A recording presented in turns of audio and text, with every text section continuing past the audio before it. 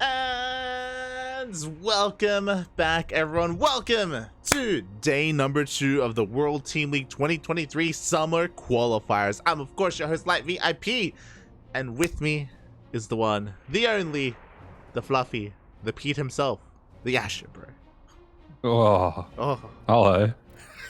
What does that mean? I don't know. Ah. Leave it in the past. Leave it in the past. It's all I think about. Oh god, but yes, for everyone tuning in, I apologize. Unfortunately, we did end up missing the first game in this series. It was played without us. Feels bad, man, but we have found ourselves in game number 2. Game 1 was a ZVP between Ashbringer and Hyperion, and the Protoss is currently up 1-0 in this best of 2. The way you said that, I thought this might not be a ZVP, one of them race switch, but not going to be the case. Here in the bottom right-hand corner of the map, we have playing for Starcom. This is Ashbringer. And spawning in the top left-hand corner of Gresvan, we have his opponents. We have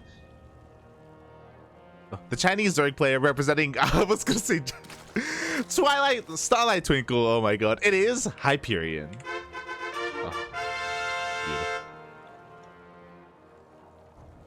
Look, the fact that in-game he's got DKs. Yeah, CranKy, yeah. it's throwing me off, Papi. Aye. That's fair enough. Is he a admin for Kazi? I think he's a player. Oh, okay. So the way this works, I'm pretty sure Hyperion was actually the manager of KZ Gaming. He was the manager. Yeah, that's what I was looking for. Yeah. So because he got acquired by DPG, now he's DKZ, but I think that's his managerial position. I don't know. It's fine. It's okay. Yeah. No also, one. oh god. Do we know the score? Ashbringer's up 1-0. The Protoss. Oh, okay, cool. Cool. Oh god, but yeah, so for those wondering, we missed out on a 28 or 29 minute game on Royal Blood. It went all the way to the late game. We saw carriers, there were disruptors, and Colossus and Storm against Lurker, Corruptor, and Hyperion died over the course of 25 minutes. I'm so sad we missed it. I know how much you love late game ZVP. I know you love it, Papi, and I'll do my best to bring it to you. I'll do my best. Well, on the plus side, I think usually after this happens, neither player really wants to do it again. Unless it's Trap vs. Raynor. I remember that series in the Pigfest that went for like 4 hours, the best of 7. That was something. I remember that because Maynard was casting for the first time in a long time, and he had a terrible time. Oh no. Poor Maynard. Poor Maynard. You can be my Maynard, Asher. You can. We'll go on a trip together and we'll never be the same again. I can quit because of GVT and then play Doom. No. Smurge, Papi, smurge. Oh god. But yeah. So again, Ashbringer, he did quite well for himself in the previous game, you know, with his late game army control and surviving until that case. We'll see if he can do it again, as for the time being, everything is looking quite standard here for the time being. Also, as another update as well, unfortunately, no Ducklings will be playing today. No Ducklings will be playing. It's just, we're done, Papi, we're done. Oh. We're dead. We're dead. Oh. Holds me.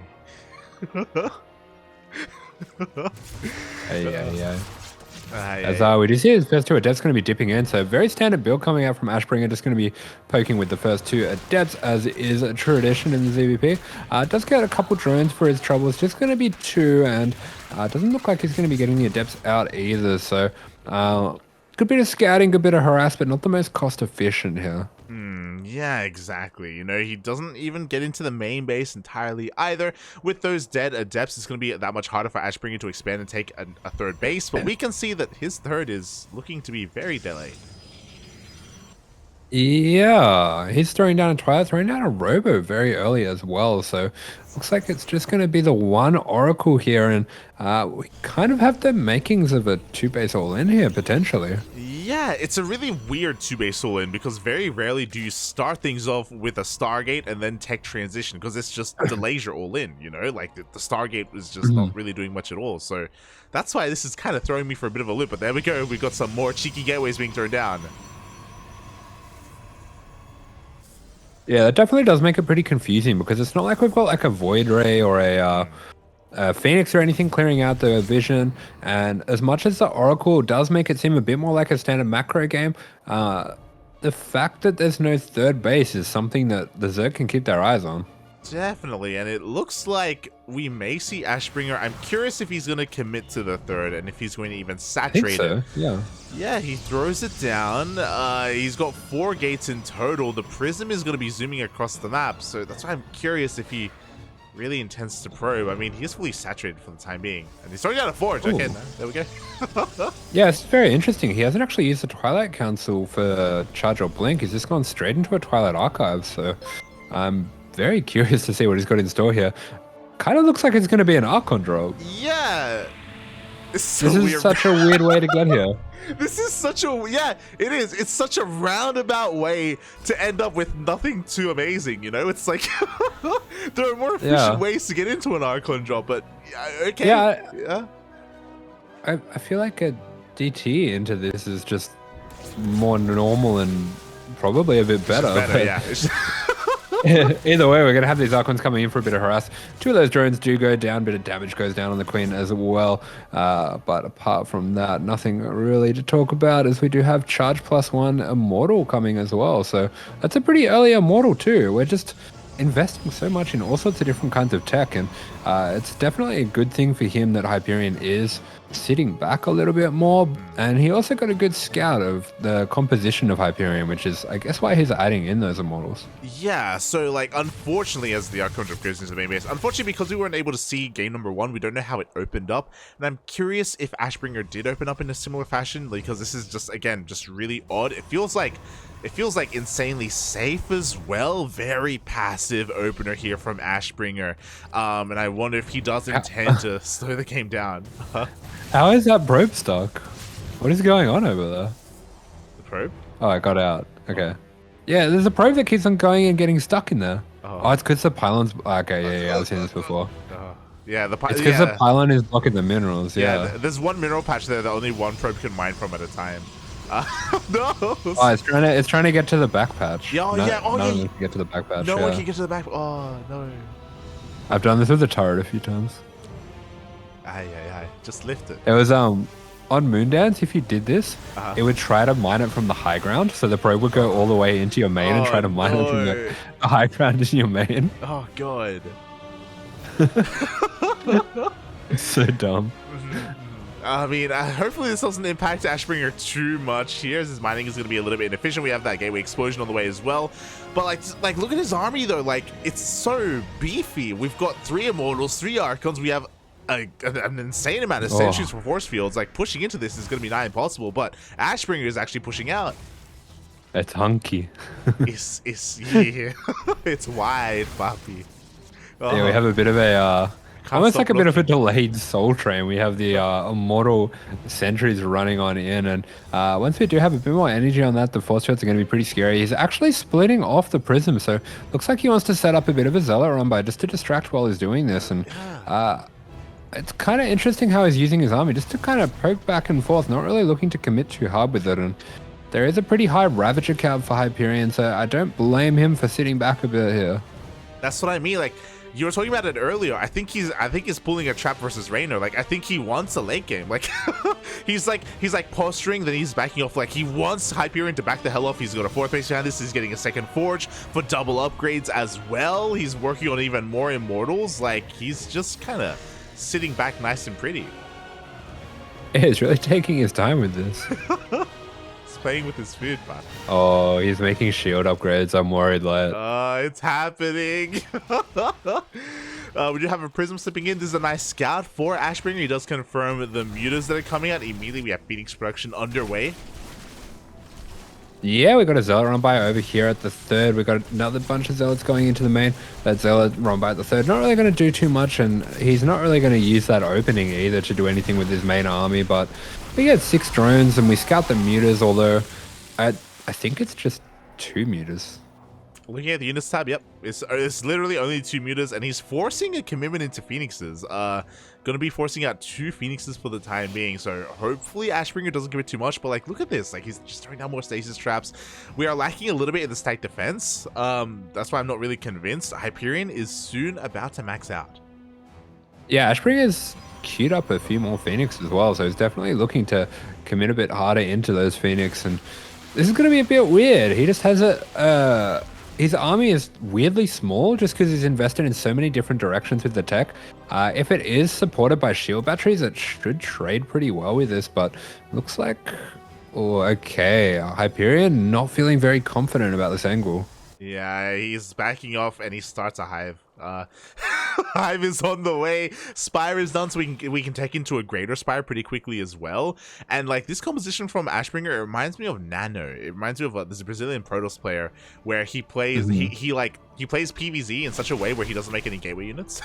Like it's just pure, like robo high tech everything, and then he gets into Sky Toss, and it's very similar here as well, where we don't really have too many charge lots or stalkers to speak of. It's just big and beefy and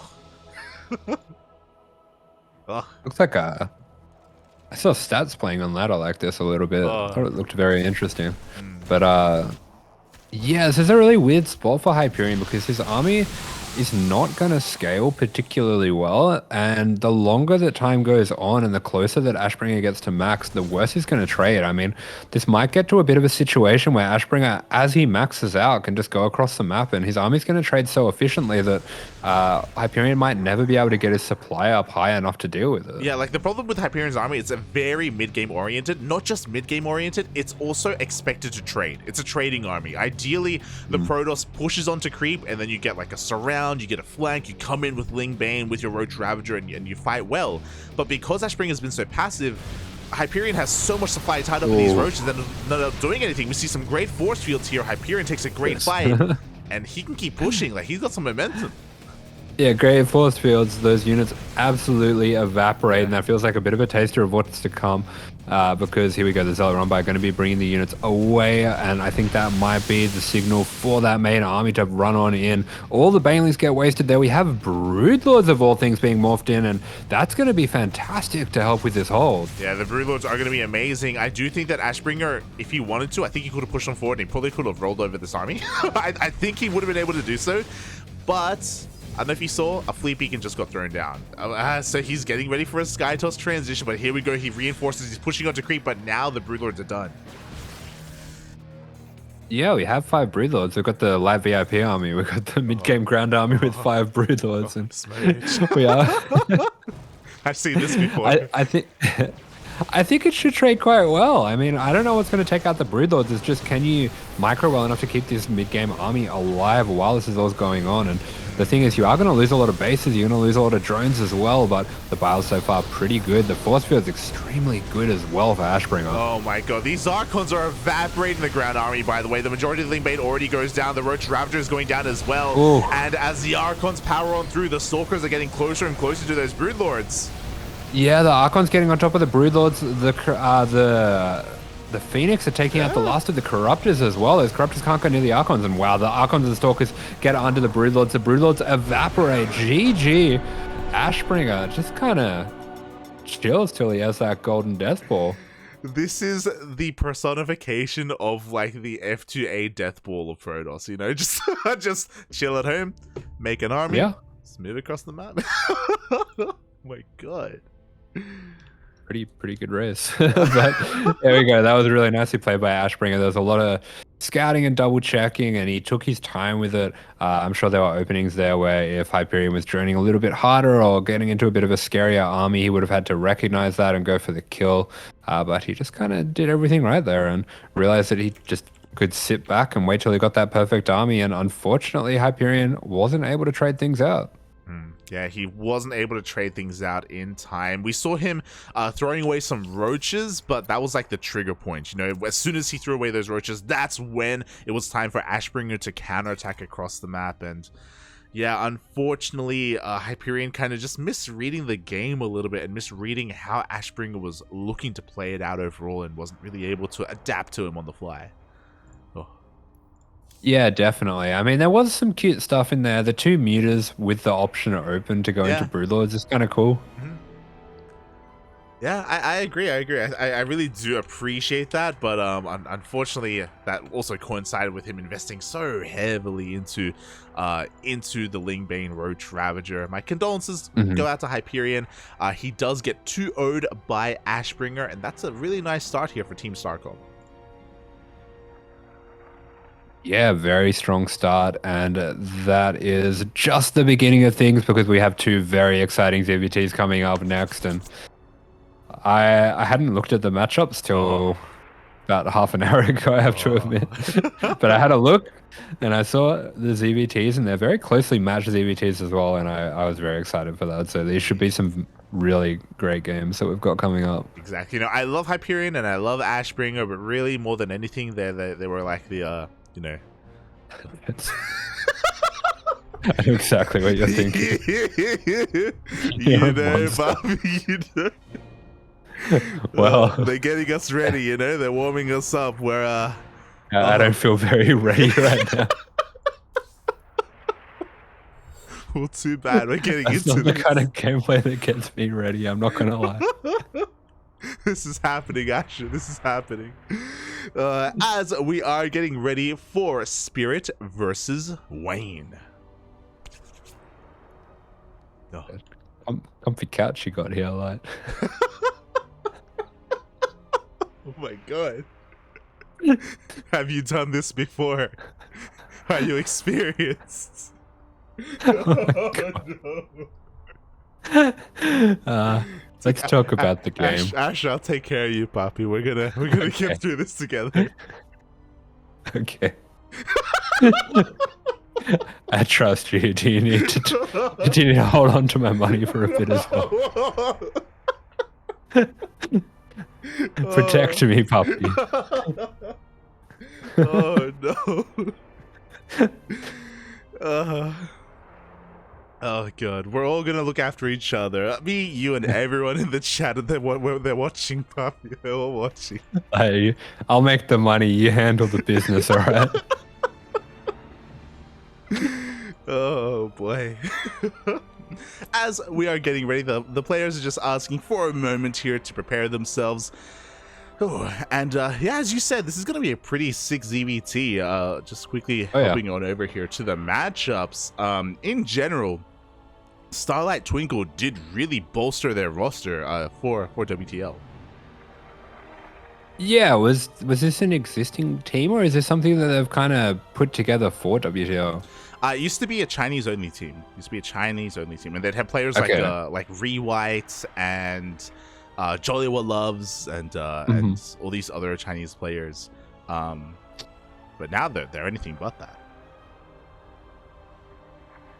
Yeah, it looks like they've added a whole bunch of very strong players here, and not least of those, it's going to be Spirit coming out for the next game, and that's really exciting to see Spirit getting picked up into another team, and he's a player that has always been one of the strongest Terrans in the EU, always someone who can take games off the top of the top players. Yeah, I was really disappointed when it was announced that he left KaiZ Gaming. I was really sad, especially because we saw how well he was performing this year in IM Katowice.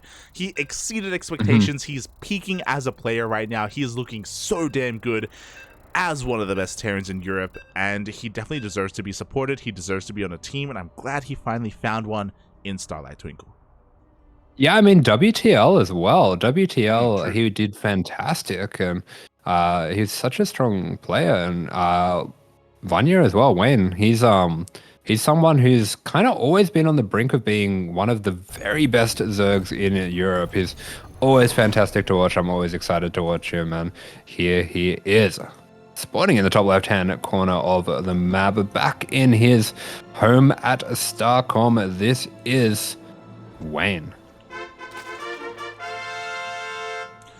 And spawning in the bottom right-hand corner of Gresvan, we have his opponent representing Starlight Twinkle. It is Spirit. As we get into this game, I want to give a special shout out to Baby Lings in the chat for the raid. Thank you so much for the support, for the love, for the raid, as we are going to be continuing a very long night of StarCraft, and I'll have Asher with me for as long as I can have him. Oh. One night only. Better make it count, puppy. It's a night to remember. Oh. Well, here we go. I'm going to have that first overlord. Looking around for a bit of a proxy racks. Spirit has been known to proxy racks a little. I've seen him 3 racks and 2 racks a little bit. So Wayne definitely being careful to make sure he's checking all the corners for anything sneaky like that, as we do see both players going to be opening up in a fairly standard way. I know Spirit, he does love his CC first. He loves his kind of strange, greedy openings, but not going to be going for that, although he is saturating his gas a little bit slower this time. I wonder if he, okay, I think he might have something different prepared. Okay, I've never seen this. This is cool. This is something that, I feel like I've seen Gumiho do this before. He's actually going to be getting that CC very early, and that might be to fake out a CC first. I'm not actually sure. Yeah, so I was about to get into that as well, as he does skip his Reaper and goes for a reactor first as well. The fact that Spirit is known for these unorthodox openers, and that doesn't necessarily mean that he's like overly aggressive. Like, he's just, you know, been known to be greedy at times and cut corners and do things a little bit differently. Not quite at the level of Gumiho, but you know, he's getting there in his own way. So that's why he's always an interesting player to watch. And yeah, this is very interesting to whip out here in game 1. Yeah, he kind of has his own brand of it, where Gumiho, his weirdness is to get out these random tech units that he's very effective with, whereas Spirits is more to get himself into a mid to late game from an advantageous position, which is, because he's such a strong defensive player, he can be a bit more greedy and cut those corners, and often gets himself into that later game from the kind of situations that he likes to play. God. So. Speaking of, Jesus Christ, he goes straight into a 3rd CC before factory, and he even lifts his racks to try and look. He's not going to find the Overlord, but he's looking for it. Oh my God. 2 Marines, that's all he has. This is wild. He's just going to be on those 2 Marines. Definitely looks like he's trying to fake out a number of different openings here, but there we go. The factory are going to be going down, and this does remind me a little bit of his CC first 3CC build, but we're going to be delaying the factory even more, and there has to be a bit of metagaming coming into this, where I feel like he must know for sure that Wayne is not cheesing him that often at the moment. Yeah, he has to, right? Because otherwise he would be dead against any other player who would be aggressive. So this really does capitalize what we were talking about, the little tangent that we went on about how greedy Spirit can be, and then suddenly he just whips something like this out. Very on brand here for Spirit, and we'll see if he can get away with it, because for the time being, Wayne has just been droning, and he hasn't even scattered. He hasn't even seen the natural at all. He hasn't seen anything until now. Yeah, this Link Scout going to be dipping in, doesn't see anything too crazy, catches wind of some of those Marines, so it is looking a little bit like a Marine opening, but I mean, I'm not even sure really what Spirit's going for here.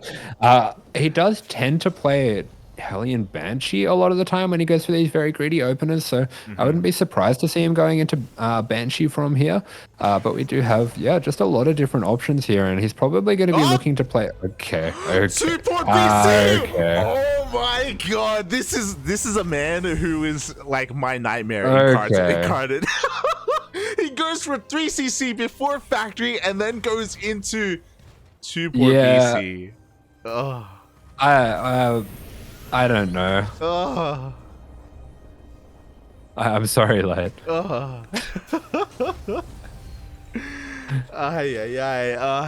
Yeah, here we go. Props to him for going for something a bit weird, a bit different in a tournament game like this. And this is something that actually, I'm not going to lie, we have seen this a reasonable amount. Not maybe this exactly, but some very weird openers going into 2 port BC. And Spirit has also been known to, over time, go for fake thirds and go for 2 base all-ins. I don't think this is a fake third because he's continuing to make SCVs, but he does have a few builds where he kind of lands the third but doesn't really, I want to say drone it up, doesn't really add too many SCVs to it and goes into an all-in from there. Yeah, he just has a lot of weird meta players that he likes to go for, and definitely someone who spends a lot of time thinking about the game. Yeah, definitely, and I really start to worry here for Wayne. I mean, he's been playing pretty standard. A lot of our focus has been on Spirit for good reason because of what he's been doing. Meanwhile, Wayne has just been droning up here on his 3 bases. He's working on his 4th now as we speak. He's making a massive swell of Lings here. So with this, he's going to have to try to find some damage. He's going to try and get us around all these Marines. Ooh. Yeah, these Marines are in a dangerous spot, and there we go. He's going to have to pull the SCVs because these Marines are not going to make it, but beautiful drone drill there, SCV drill there is going to be able to push back these Lings just for the moment, and that means he can get his Marines back to safety behind this wall. And yeah, big Ling flood. Actually, a bit of a Bane Bust coming in as well, so looks like Wayne definitely recognized that something greedy was going on and that it was a Marine-based opening, but here we go. The BCs are in the main, and Wayne actually in position with his queens. I'm not sure how he caught onto this so quickly. Yeah, here we go. The Banelings are going to be rolling on in. It looks like the wall is no longer a wall. The natural base has been broken here by Wayne. The Banelings are waddling into the middle line. No response. Ooh.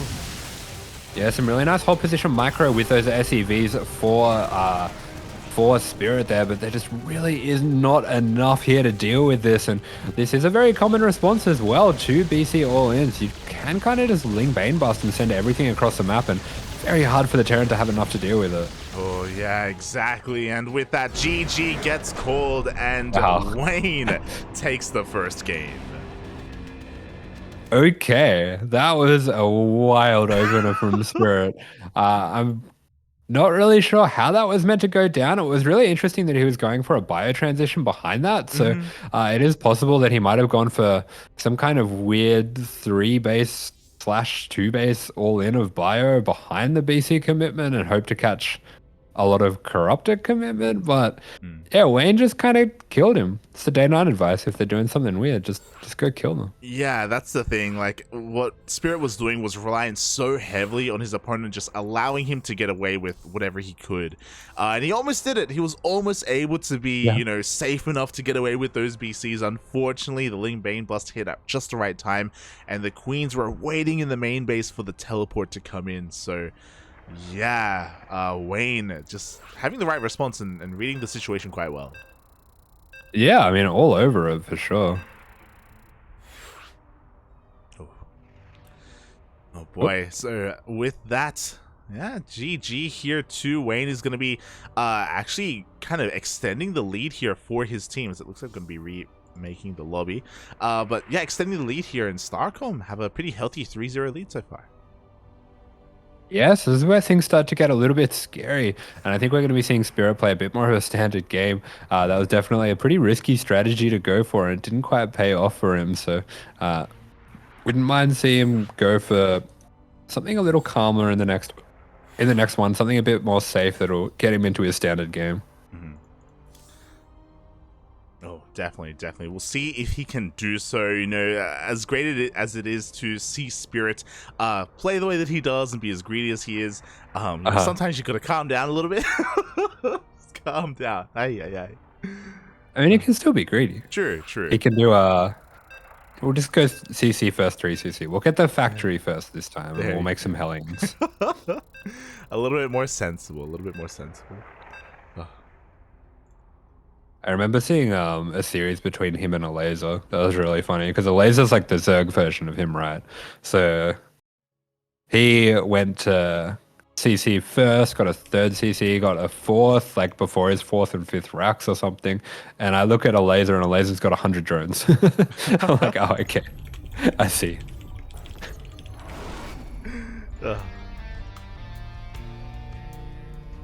But here we go.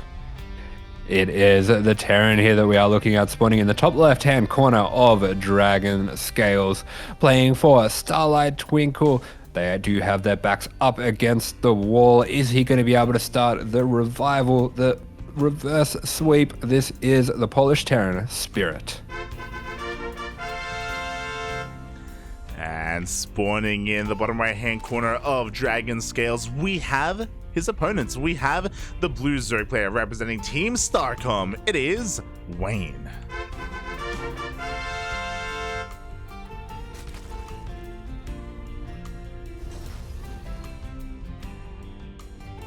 Yeah.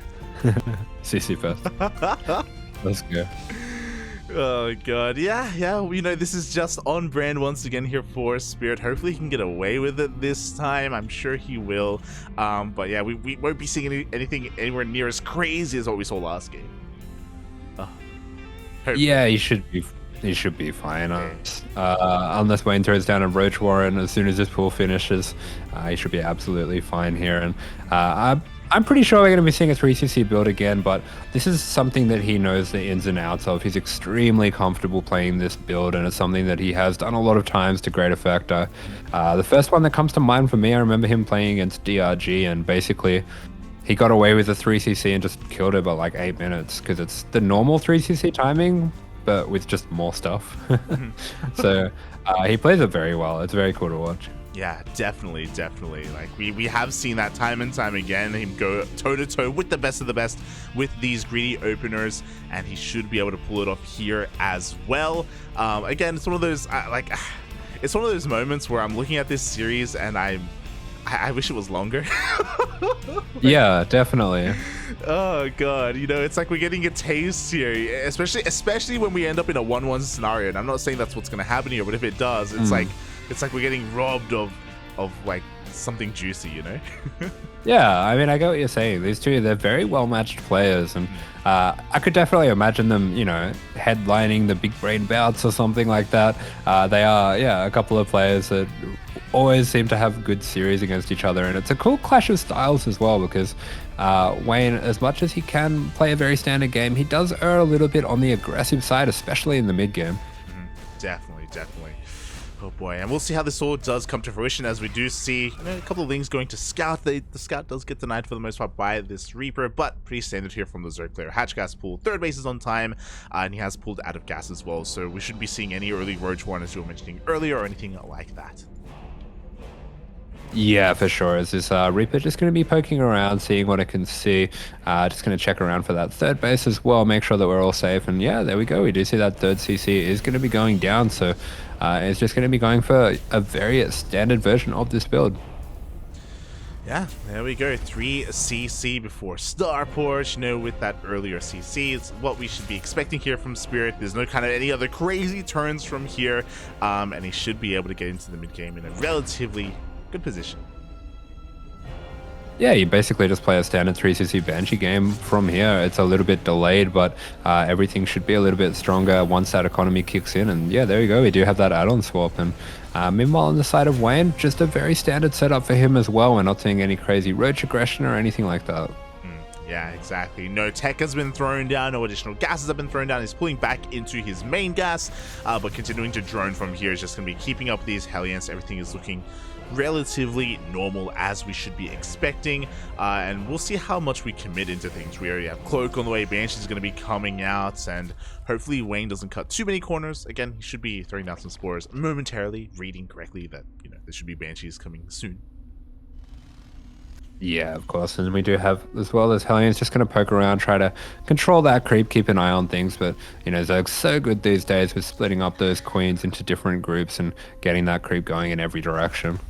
Yeah, exactly. Now we have confirmation of the build. Wayne slips in with his Overlord, especially after what happened last game. I'm sure he wants to make sure he knows exactly what's going on in the main of Spirit. Confirms that, of course, Cloak is on the way. This time there are no BCs. Yeah, definitely. Everything looking pretty standard here, and we do have that add-on swap as well. We should be getting a few extra Raxus here, and yeah, I think we are going to be going into a bit more of a standard mid game. So it'd be cool to see Spirit play his game. Nothing too crazy, no double BC or anything like that. It's gonna be okay. Yeah, it's gonna be okay, Bobby. It's gonna be okay.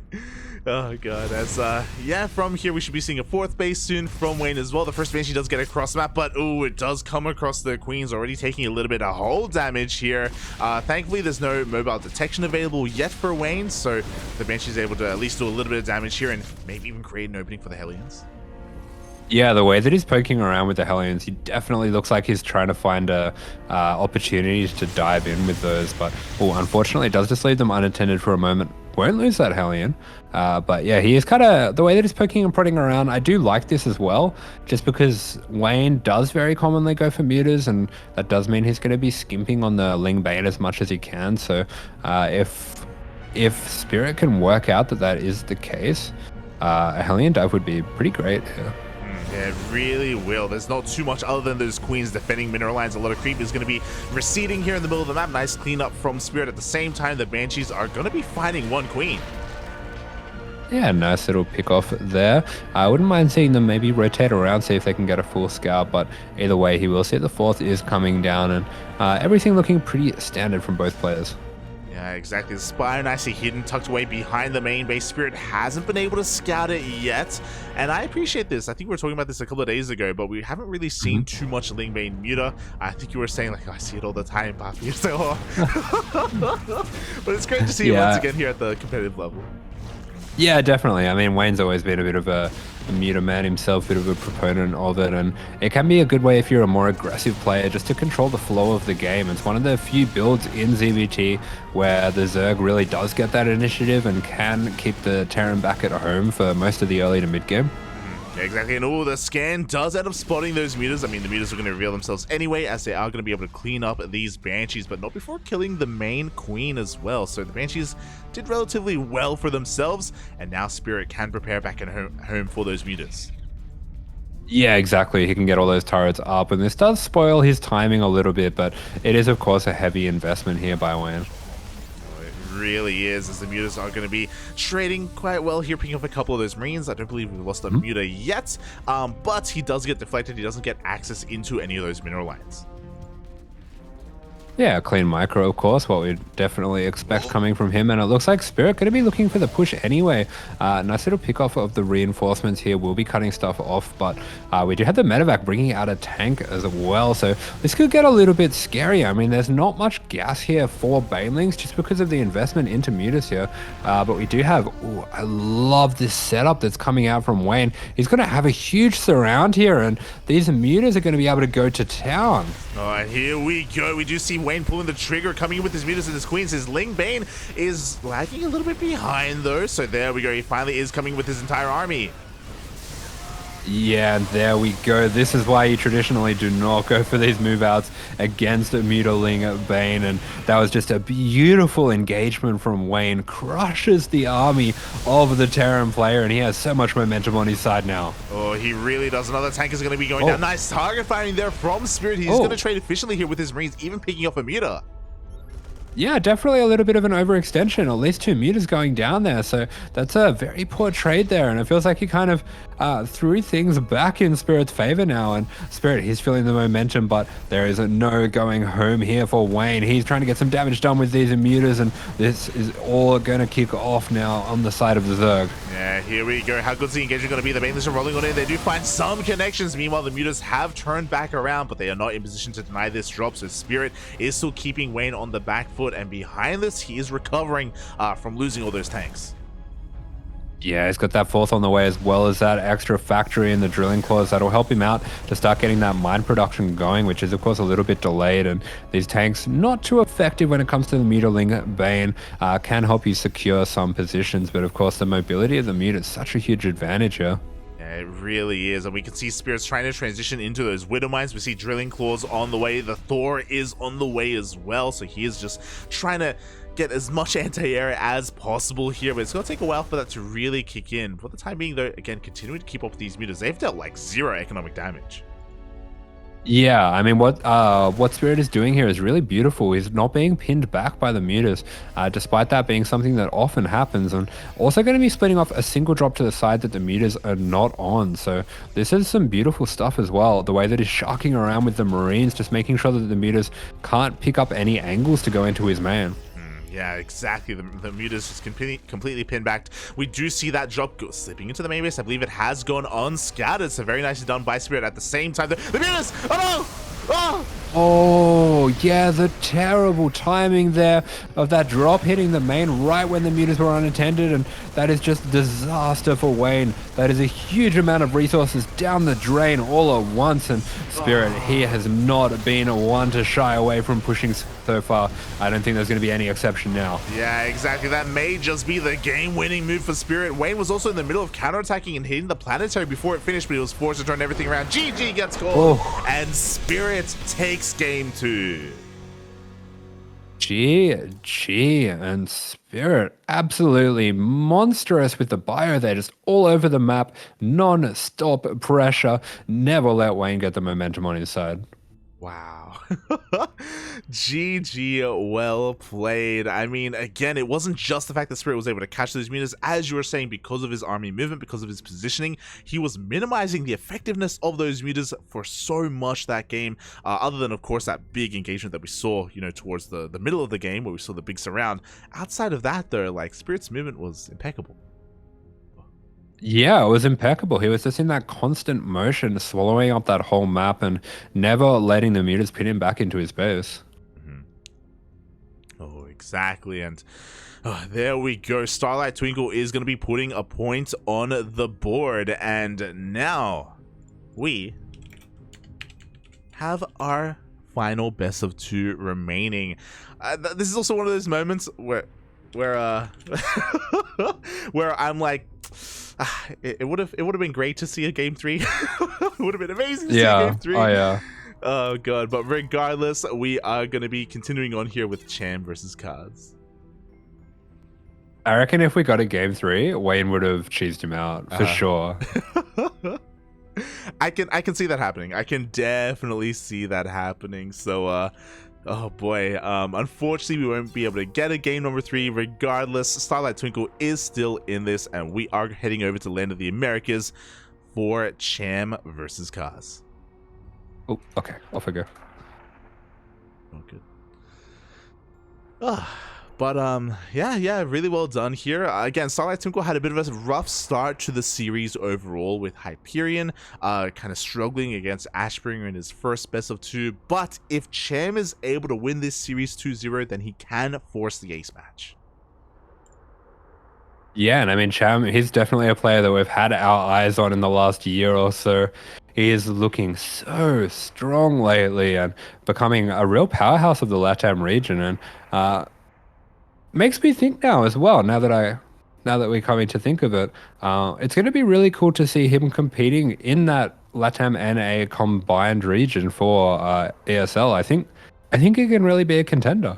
100%. It's one of those things where Cham, Kellizer, and Special have been kind of locked into Latin America for a long time, and now that they're being kind of let loose upon a bit of a wider region, you know, the Americas, they can all excel pretty well. You know, I'd love to see more of Cham against Trigger, against Neeb, against Estrella. I wouldn't say he's a favorite, but like, he's taken series off of Trigger before. You know, he could definitely go toe-to-toe with some of these big names, and it's a great way to kind of get your name out there and get a little bit more recognition as a player.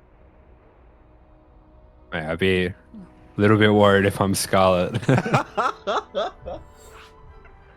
Ay. Not like this, Bobby, not like this. But yeah, it's definitely something to look forward to in the upcoming season of ESL Pro Tour. But maybe we're gonna get a little bit of a taste of that here in this ZVT. We're focusing a lot on Cham, but Kaz himself, it is great to see him returning to the game. We recently casted him in OSC King of the Hill, and he's also one of the old school players who has been around for a very long time, continuing to compete at a very high level.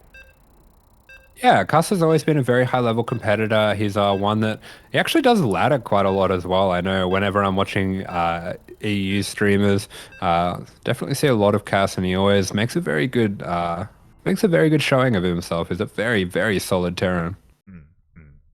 Oh yeah, he really is, and we'll see how he can perform against someone from the Latin American region here, someone who I'm sure he doesn't really have too much practice against. Yeah, it's going to be interesting for sure to see how he adjusts to him. But here we go. Spawning here in the bottom right-hand corner of the map.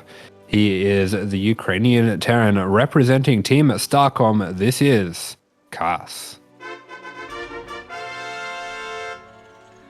And spawning in the top left-hand corner of Babylon, we have his opponent, the Mexican Zerg player representing Team Starlight Twinkle. It is Cham.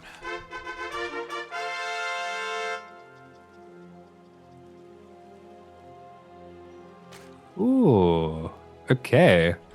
Already kicking things a bit old school with Papa Gas. We have a gas first opening. This is something that the only time I ever see this apart from now is Piglet. Is the only other Terran that I see that still does this. It was the way that you used to play TVZ, but I think that's probably like 5 years ago now that this was meta. Yeah, I mean, I did briefly mention earlier that Cast has been around for a long time, and this may be a bit of a sign of it, that, you know, why Breakwood isn't broken. It may not be as efficient as it once was, but, you know, it used to be all the rage, and, you know, it's not me that's out of touch, it's the kids. Yeah, this is going to be very interesting.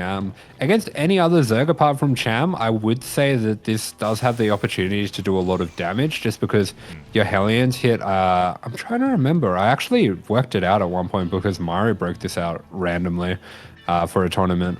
I think your first 2 Hellions are like 20 seconds earlier or something like that. Like really way earlier.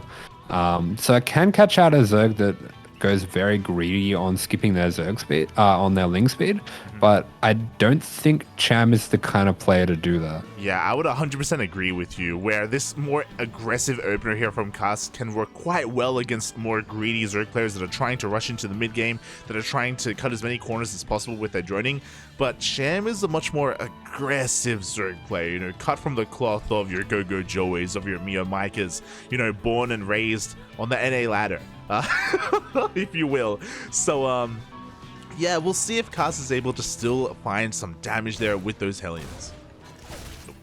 Oh, he gets the drone. The grenade delays that Spore trick completely, so he's not able to get that one off. So nicely done by Cass. That's a nice confidence boost as well, but we do see that Link speed is going to be starting up pretty early for the Zerg here, so these Hellions probably don't have as much potential to do damage as he would be used to. Oh, exactly, as Link speed is on the way, as you were saying. So far, the Queens are doing a decent job at, you know, spreading out, spreading all that creep as well. We have a 1-1-1 opener here from Kaz, going to be delaying that 3CC, and it looks to be he's setting up for an add-on swap as well. Yeah, I mean, Hellion Banshee definitely makes the most sense if you're going to go for a gas first, just because a lot of Zerg players, they do have these timings very well ingrained in them, and everything's going to be hitting far earlier. Your Banshees as well hit a good 10 to 15 seconds earlier than usual, so if you do send that first one in, it's very likely that they're not going to have spores ready. Yeah, we'll see if he can bamboozle Cham a little bit here. The other interesting thing that I just realized, actually, this is also a little bit, this is actually Cham-esque. He does this in ZVP as well. His Overlords. He doesn't have an Overlord ready to go in, and he hasn't lost an Overlord or anything like that. He just doesn't care. Doesn't care, puppy. Oh my god. I mean, I don't hate it. I don't think you always need to, but it'll be interesting to see if Cuss adjusts to this in the second game. I think if he wanted to go for something like a 2-port BC, this is a gleaming invite to do so. 100%, mate, 100%. There is zero scouting information available for Cham. All of his Overlords are closer to his own bases. Instead, the Hellions are about to rock up. Queens are going to meet them, but again, there's still no sign to really throw down anything else for the time being. No spores are on the way or anything like that. Just continued droning here from Cham. Yeah, interestingly, Cuss hasn't thrown down his 3rd CC yet, so I wonder if he's considering maybe getting an Armory, and there we go. Yeah, the Armory does go down, so going to be Hellbat Banshee coming out from him, and this makes the gas first make a lot more sense, because you are going to have 2 Hellions more than usual. This can hit very hard, and yeah, a very old school build coming out from Cuss here. Yeah, and it can definitely work. There is no safety Baneling Nest here from Cham. He's working on a faster lair instead. He's not going to have much at all to defend. He's still droning. Yeah, we're getting a Roach Warren actually, but this is this is not going to work out very well for him. This could get real nasty, real fast. The armory is still a little ways off getting finished, and this is pretty sus having all your aliens together like this. So I think we are going to be getting those queens grouped up, but here we go. The armory is finished. It's time to go. Yeah, here we go. The Hellions are diving on in to morph into those Hellbats. The Lings are trickling in as well because the armory wasn't done in time. Cham was able to respond a little bit with his production, but ooh, one queen already falls. Yeah, very quick drone pool, going to be ducking them behind the Sim City of the Queens. Really nicely done there, and it's just going to be a bit of attrition here. Basically, Cham just needs to buy time, and he is splitting his queens extremely well. One of them going to be going down, but trying desperately to save the other. Down it goes, but in the end, he does get the cleanup, and probably not as many queens go down as Cast was hoping. Taking stock of everything that has happened here, I do feel like the players are pretty close here, but Cast having such a late third definitely hurts. It really does, as he throws down 2 more Raxes. Still has that 3rd CC about to finish up though, and Cham took surprisingly little economic damage there. I was very impressed with how he was able to maneuver his drones behind the mineral line, the spread of the queens, the Sim City as well. The Hellbats were having a hard time really getting too much value with their shots, and yeah, Cham, he holds. Yeah, well handled there by Cham. Has seen his fair share of Hellbat pushes, and we do see just a pretty standard continuation coming out from Cast, but pretty terribly delayed here, of course, by the build that was picked out. And it does mean that he is just going to have to play from behind a little bit. It is going to be, looks like a 1-1 Roach all-in coming out from Cham, but with the Bane Nest as well, that's kind of throwing me off. I know he does like to play Lingbane Ravager from time to time. Yeah, I mean, we also have an Infestation Pit on the way as well, so Cham could be even looking to go into Swarm Hosts. He has been whipping that out as well, even against Bio. If you remember, he did that against Special in DreamHack Latin America. I'm guessing it's going to be for Infestors this time, but that would be pretty cool if he goes into Swarm Hosts. We'll see what he decides to do with that Infestation Pit. Meanwhile, we do see the first Banshee, or the Banshee, coming back in here to find a little bit more damage. The Spore's in position, the Queen's not too far away, but it looks like a couple of drones are going to get picked off. Okay, it looks like the Infestation Pit is actually going to be for a very fast hive, so this is very interesting. I wonder what he's got planned with this. Could be Ultras, maybe? Yeah, I'm really curious. I mean, Vipers wouldn't be... Oh, actually, no, he's not going to have the upgrades. Yeah, exactly. He's going for the range upgrades instead. So I imagine he's going to be supporting his army with Vipers early on and going for a timing to try and break this kind of entrenched position. I imagine. Yeah. Yeah, that should just work. I don't really see why that wouldn't work. Oh boy, yeah, I mean, we'll see what Cham has in store for us, but until that happens, Kaz is able to establish his 3rd base. He's got 2-2 on the way. Unfortunately, just because of the openers, as you were saying before, he's just a little bit behind, 1 step behind even from Cham. Yeah, I mean, we're starting to get that tank count up into the sort of territory that's going to help with dealing with this. I like the way that he's moving his Marines out as well. He definitely wants to catch this out a little bit before it's hitting his base if he can. Oh, yeah, exactly. As the Marines are going to be moving out, they're going to be looking to at least clear up some of this creep. Meanwhile, the hive is done. Adrenal Glands is on the way. No Vipers in production yet for Cham. Yeah, none whatsoever. And there we go. We are going to be getting eyes on what the unit composition is. Cast knows exactly what he's dealing with. We see him pumping out 2 tanks at a time, building this massive wall across the side of his base here and really getting deeply entrenched into this position here. But it isn't going to be that 1-1 Roach all in. He does have outs from this, does Cham. He's got that Adrenal on the way, going into his melee upgrades as well, so kind of just branching out in every which direction, and there we go. We actually do see an Ultra Den going down, so... Let's go, Bob. We have Adrenal, we have the Ultra Cavern. We do have 2 Vipers that are about to pop out, but, if Cham isn't able to break the contain here or break the position of Cars, he can transition in almost every which way. A triple drop is slipping out across the map, though, and we'll see what he can get done here. Cham's army is a little bit late to respond. You know what is funny about this is by all accounts, what I've heard ZVT was like about 5 years ago. I mean, we've got Lingbane Ravager into Ultra versus that gas first Marine tank style. Yeah, I mean, I feel like Dark still does that every now and then, at least when it comes to the Zerg side of things. But we do see Kaz finally looking to push out. He has maxed, by the way. It's a bit of a super max, relatively low worker count, but he has so much supply. Gee, look at the tanks. Yeah, I think it's definitely important to stay on a low supply count when you're playing against these styles. I think I feel like we saw something like this yesterday.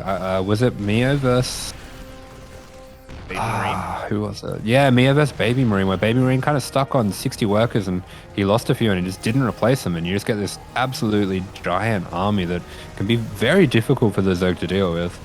Exactly, it can be difficult, but what makes things easy are the Vipers. And here we go, the first yoink, it comes in. One tank is going to be going down here. Oh, gets a couple of shots off though. And here we go, Cham is going to just dive on in. Yeah, that's exactly what he's going to do. These Banelings are a little bit bunched up, but they are finding an angle to attack from where there's not too many tanks. I love the way he's blinding clouding those back tanks, but there just isn't really enough supply for him here. He has been transitioning into Ultras, and quite a lot of his supply is tied up in that. He fell for the trap a little bit. Ultras are very expensive, and they take a long time to make. Cham is in the middle of remaxing, but Kaz doesn't keep pushing. He backs off instead, and he's going to give Cham an opportunity to remax.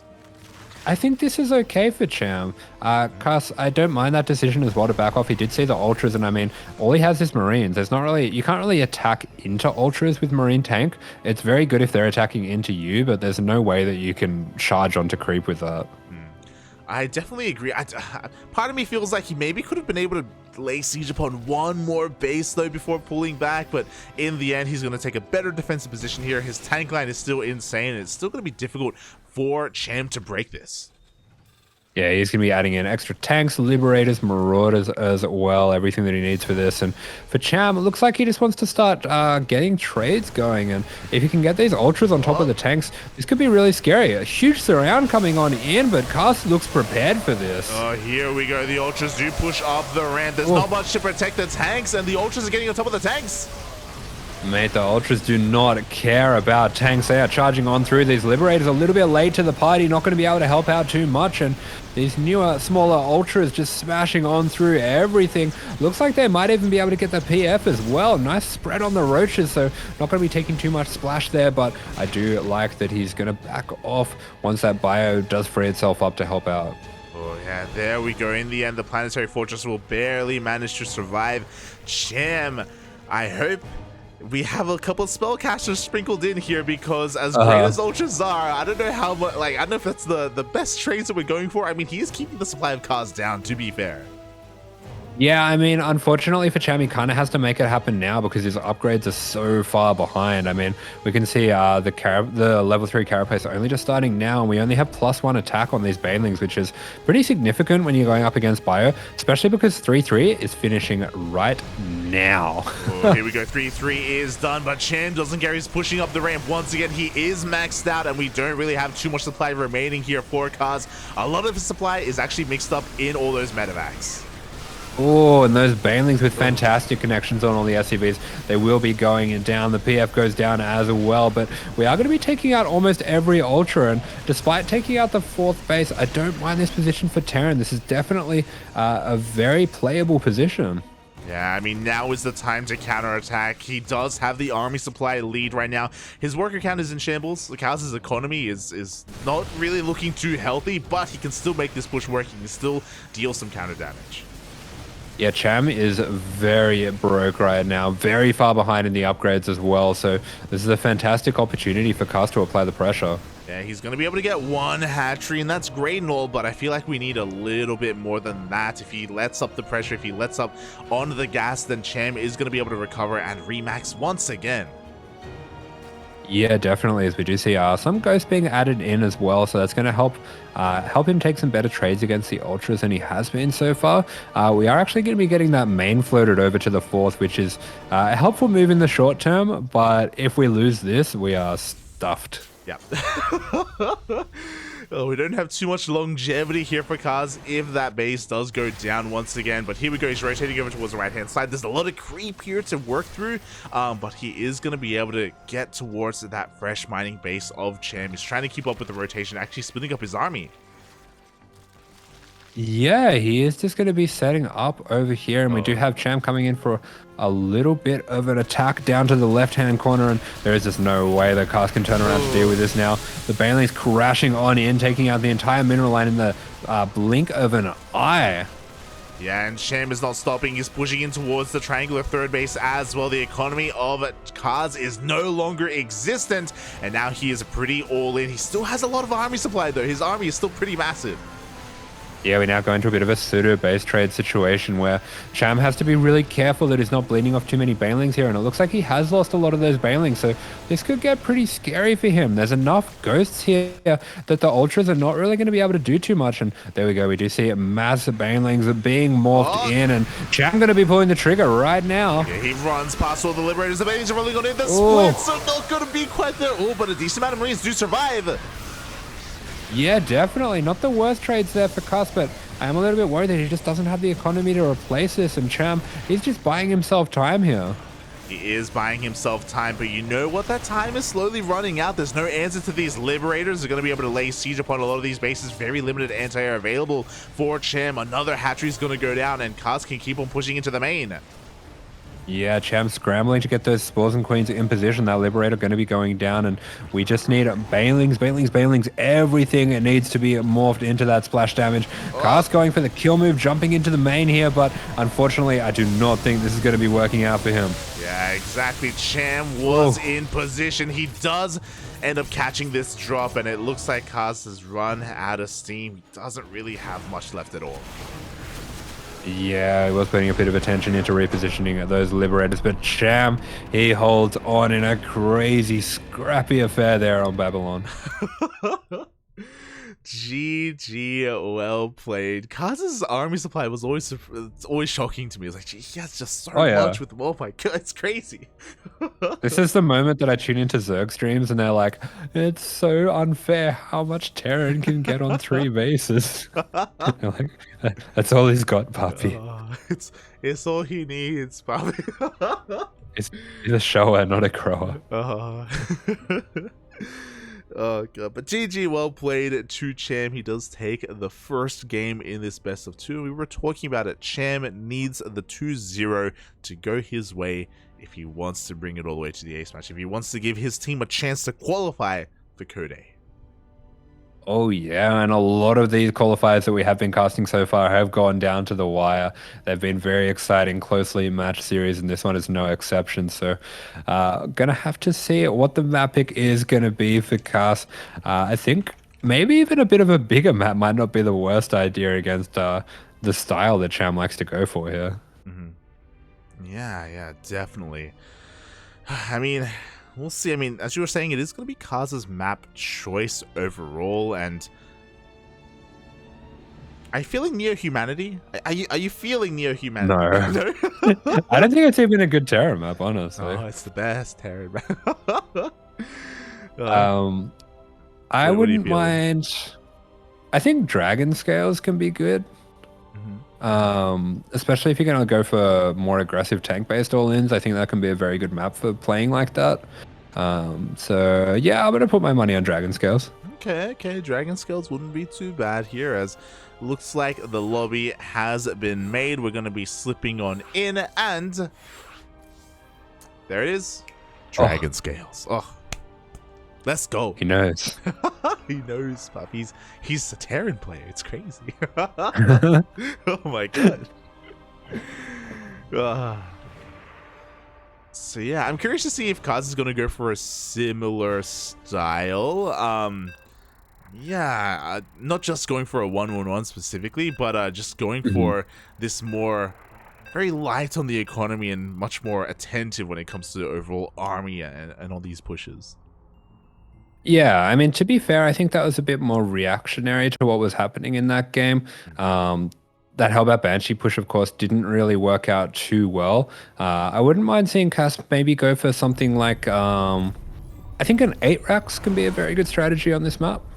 But either way, here he is, spawning up in the top left-hand corner of the map. It is a Ukrainian Terran in the red playing for Starcom. This is Cass.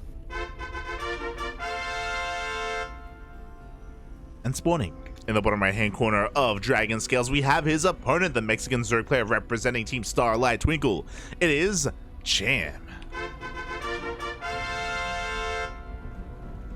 Oh, no gas first. Thank goodness. Let's go.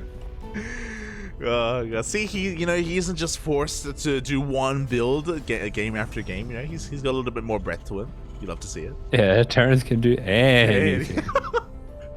You know, Papi, you know.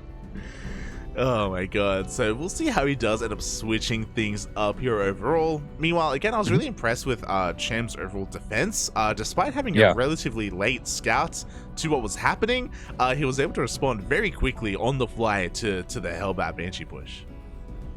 Yeah, I mean, Cham's feel for the game as well is just fantastic. The fights that he takes when he takes them as well, the way that he uses his economy to kind of trade off units between the two players and replace that with better tech. I feel like he just controlled the flow of that last game so wonderfully.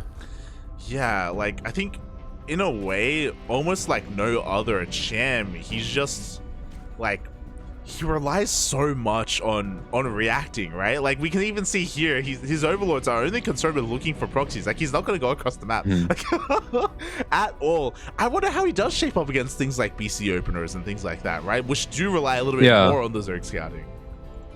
Yeah, I feel like he would be in a bit of trouble against a 2-port BC or something like that, but I can understand otherwise. I mean, the way that he goes into roaches a little bit later does tend to be safe versus most standardly timed pushes. Yeah, definitely. So we'll see if he adjusts, and we'll see if Kaz has taken notes here of how Cham does kind of play out his ZVTs, of his lack of scouting, and maybe can take advantage of that, as he is just opening up here pretty standardly, is moving up with his first Reaper. Yeah, we're going to be getting a 3cc here out of Cast, which I'm really happy to see. So playing a bit more confidently as in this matchup as well, and possibly could be going into, something like an 8-Rax, which would be, I think, a really good choice for this map. Yeah, we'll see if that's where he does go. This time, of course, Cham is able to keep all of his drones alive. If you remember, in game 1, he did end up losing 1 to the Reaper, but that is not meant to be, at least not so far here in game number 2, as Reaper is sipping into the main just to confirm the scout. And I think this is also pretty important because Cham has been known to, in a way, like your Go-Go Joys or like your Darks even, throw down Roach Warrens and go for these really Roach pushes. Yeah, so nice job from Cast being very active with the Reaper there, but Cham also very active with his units as well. He's a player that I have noticed has very good micro and control with his units, just pays a lot of attention to everything that's going on. Yeah, definitely. It's really impressive to see, and very stylistic and akin to Cham. As across the map, we do have that 3rd CC on the way. We have the Starport as well, looking to be a standard 3cc Banshee setup from Cast. Yeah, definitely could be going into that, as we do just see him, continuing to poke around with the Reaper. The Reaper's job's pretty much done now. Sees that everything's looking normal, and we're just going to be seeing him getting into his more standard game. And I do wonder as well, does Cass play mech ever? That's a good question. He didn't play mech when we casted him in OSC King of the Hill, but I'll be honest, outside of that, I haven't seen cosplay in a long time. in years, Papi, in years. Yeah, I feel like these players have been around for a long time, always have they have a lot of builds and tricks up their sleeves. Kind of reminds me of watching Sheldon in our scene, where he can kind of break out any style that's needed for the job. Yeah, 100%. That's kind of what comes with experience. You just have such a wealth of knowledge available at your fingertips. You only just need to pull out what comes to mind. So we'll see what that is going to be for Kaz. I'm sure he's played mech before. I'm sure he can do it again. I hope we don't see it, but we'll see.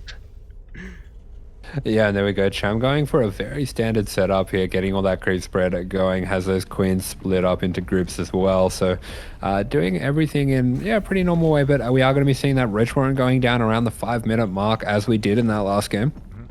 Yeah, it is kind of just his standard approach here to the matchup. It doesn't have to necessarily mean he wants to go for another 1-1 timing setup similar to the last game. It can just mean he makes a couple of roaches and has them to support as Ravagers for his Ling Bane, just to be safe here in the early game.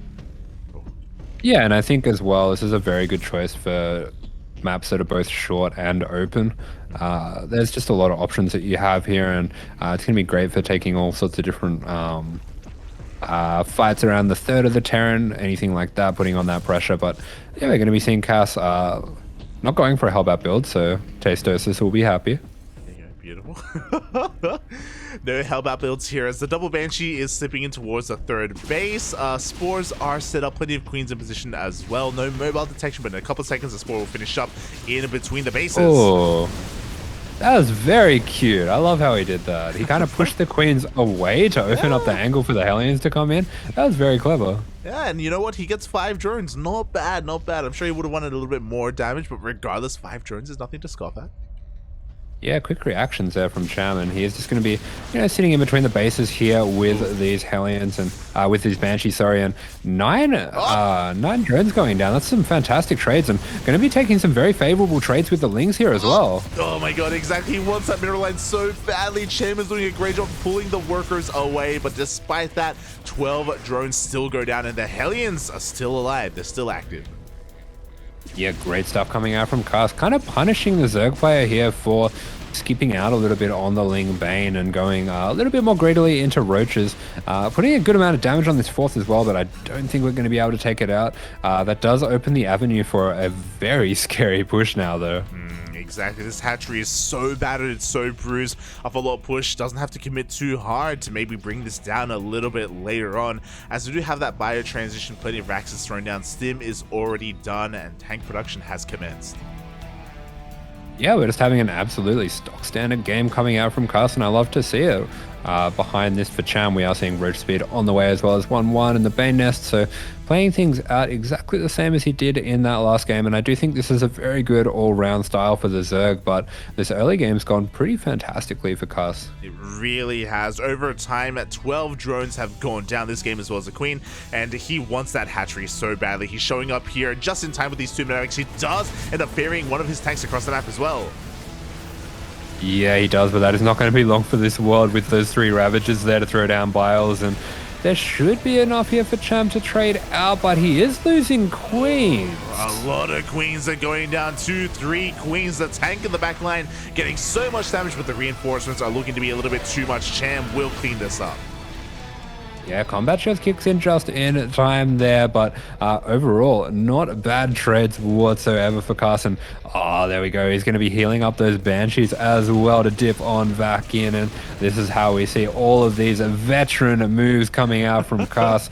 This is a build that he is obviously so well practiced with and has all these moves built in, and it's just really nice to see. Yeah, his army movement this game has been insane. The way that he just corrals the drones as well as the queens of Cham, pulling him apart left and right. It's been really impressive to see, and as a result, Cham's drone count has been suffering. Car's looking to be in a pretty good position. Yeah, certainly, but this is where Cham can start to get a bit more momentum in his side. He is morphing in a lot of Ravagers, a lot of Banes as well, so a bit of a spike in the power of the Zerg army, and he can start to think about putting on some pressure. Yeah, there we go. 1-1 just finishes up for Cham. He's focusing on nothing but Ling Bane production. 76 drones is what we're going to be stopping at for the time being. He's working on his 5th, and we'll see if he can be active on the map here. Kaz, though, is getting ready for that. He already has a sensor tower. Doesn't have too much vision on the right-hand side, though, and that's exactly where Cham is headed. Yeah, this is a very strong push, but he's kind of walking into a pre-set up surround by Cham, and he doesn't know, this could be disaster. Oh my god, this is unintentional for Cham, but he's looking to be in an amazing position. He's coming from behind. Yeah, and it looks like Cass has seen it, but he's seen it too late. He's going to try to escape to the top side here, but great connections from the Banelings, and Cham with a huge cleanup here, and he's going to be taking that momentum right across the map if he can. But no, it looks like he is being pulled back for at least a moment by these Banshees. Yeah, there we go. Looks like one of the Banshees did go down, but the second one is going to pull Cham back for the time being. That is so smudged, by the way. I can relate to Kaz there. He's in the middle of a push, and Cham just happened to be in the middle of a run by, and he just gets like the perfect surround. I'm going to give Cham credit for maybe knowing that was what was going to happen, but yeah, that was brutal. Aye, aye, aye. And with that, Cham has that momentum. The tank count was reset. Kaz is keeping up with the army supply, don't get us wrong, but he needs a little bit more time to get his tanks in position as Cham is getting ready for that run by that he was maybe trying to set up earlier. Yeah, there we go. As we do see massive army heading in on the left-hand side. He's going to be pulling all of the army over here, and some nice battles as well, just catching on the retreat. And there we go. The army is pulled fully out of position, and the fourth is exposed. It's incredibly exposed, and here we go. Cham is pulling that trigger. The Banelings are rolling on in as well, and these SCVs, can they get out? Oh god! Ooh. Oh, 13 SCVs go down. Very efficient trade there on the PF, and Castle once again being forced into a fairly all-in position. Exactly. He does have a backup fourth on the way, but Kaz is maxed out once again with a bit of a super max as well. Getting a little bit of deja vu, but Cham, this time maybe intentionally, it's happening again. Oh my god. Yeah, but I mean, this time Kaz has one hell of an army. He has a terrifying army put together. I love that Banshee movement as well. I mean, he's kept this Banshee alive the entire time from this early game, and now he can put that to work, taking out those Ravagers, and he catches us around, and that means he has this path to the left open to himself. He's not going to be getting trapped again. Oh, he's not going to be getting trapped, at least when it comes to his Marines, but the Banelings are rolling on forward. Oh god! Oh, the Banelings just connect to the bio. Casper's taking such incredible trades up until that last little moment there, but Cham does manage to get the connections he needs, and now Cass is in a world of trouble. Yeah, exactly. Once again, the setup was maybe a little bit too good. Kaz did a great job with his army movement overall, but as you said towards the end there, the Baneling connections were exactly what Cham needed.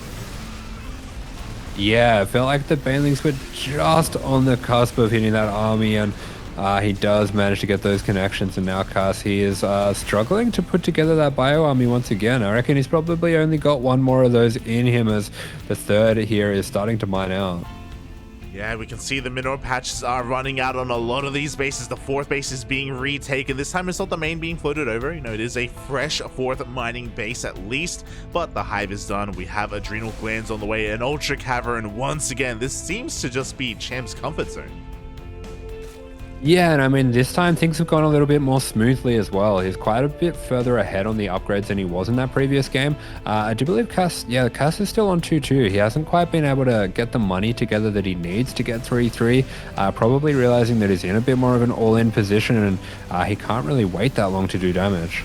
Yeah, exactly. Unfortunately, he's being pressured to just keep on pushing, and from here, oh, he's forced to back off once again. That one Banshee got repaired. It's still going. Let's go. Yeah, it is insane how much value he's getting out of that. 20 kills, Poppy. It's crazy. Oh, and there we go. Oh, wonderful timing here. He's going to be dipping in on the right, abusing a bit the lack of anti-air of Cham. So that is something that he can continue to do. But this army for Cham, it is massive. Here we go. We're going to be charging in on the third, but I don't know about this actually. I think that was a kill, not a cancel, but this is a very deeply entrenched position, and it's not a valuable position either. It really isn't. It's not the most important mining base here, so Cham does trade maybe not in the most effective manner, but here we go. He's coming in on the right-hand side. These Banelings are looking to take down the planetary, and it looks like he will. Yeah, the planetary is going to go down. Big Bile's going down as well. Actually, don't really manage to hit all that much, and Gas once again manages to find himself with this just enormous bio army, and Cham could be in a little bit of trouble here. We do see 5 ultras are going to be started up, but this time Cus does have those ghosts started nice and early, and if he does catch onto this before he's too deep on creep, he could just hang back a bit till he has a few more of those and then go for the push. Yeah, like Cus's macro is impeccable. It's just he just somehow finds his way into these super max positions, and here we go. He's pushing deep into creep. Cham is coming in from the right hand side. It looks like he's trying to set up a bit of a surround here with his ultras. Oh no, this is terrible for Cus. Yeah, the Banelings, they roll on in. The ultras coming from behind. They swallow up the Terran army. Yeah, Cass just can't defend his tanks there. Got a little bit too over eager, and there is really not much he can do to stop this marauding Zerg force from charging into his natural here.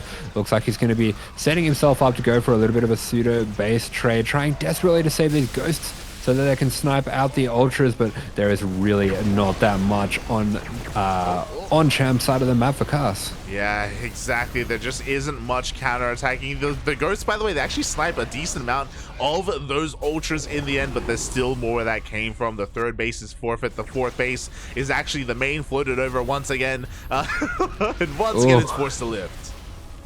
Yeah, Bile's going down upon that, and we do have this army actually taking out one of the bases of Cham, but he has plenty more where that came from, and yeah, there's no way that you can drop in front of this army. Suddenly, Gas has his back against the wall, and there is just no economy to find himself back in this game.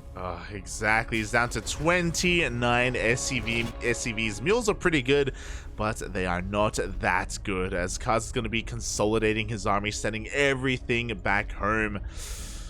But Cham, he's going to have the freedom to remax once again, and this time with some corruptors, with some infestors. Yeah, that's exactly right, as we do see Cass once again going to be gearing up for another push here. He is starting to set up to push down to the left, and yeah, this is desperation time. We just have to send it right now. Oh god, we really do, and Kaz is pushing deep onto creep.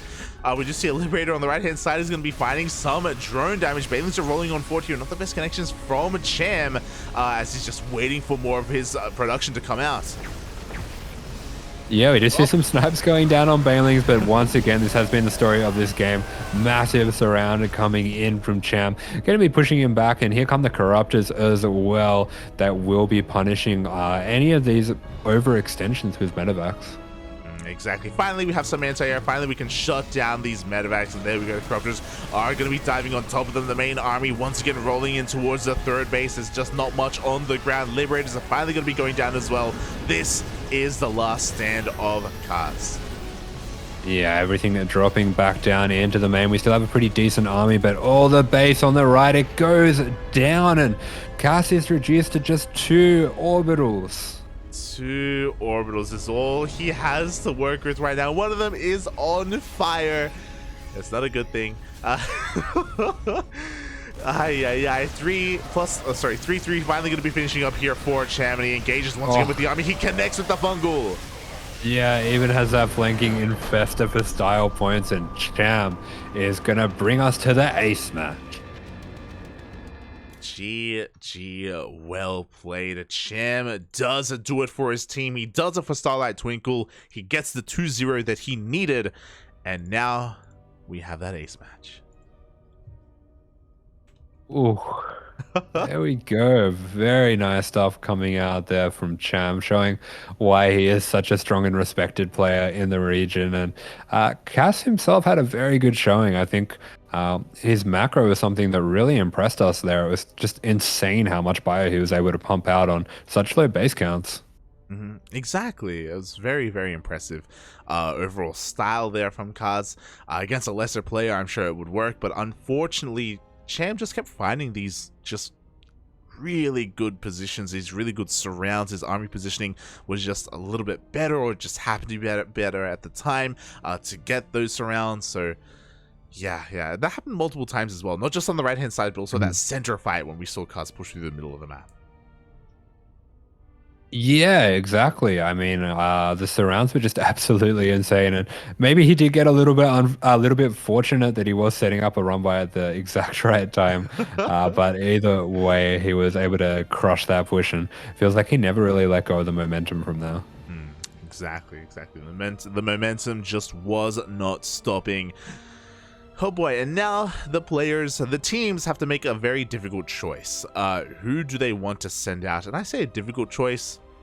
I'm pretty sure there's a clear answer for at least Team Starcom.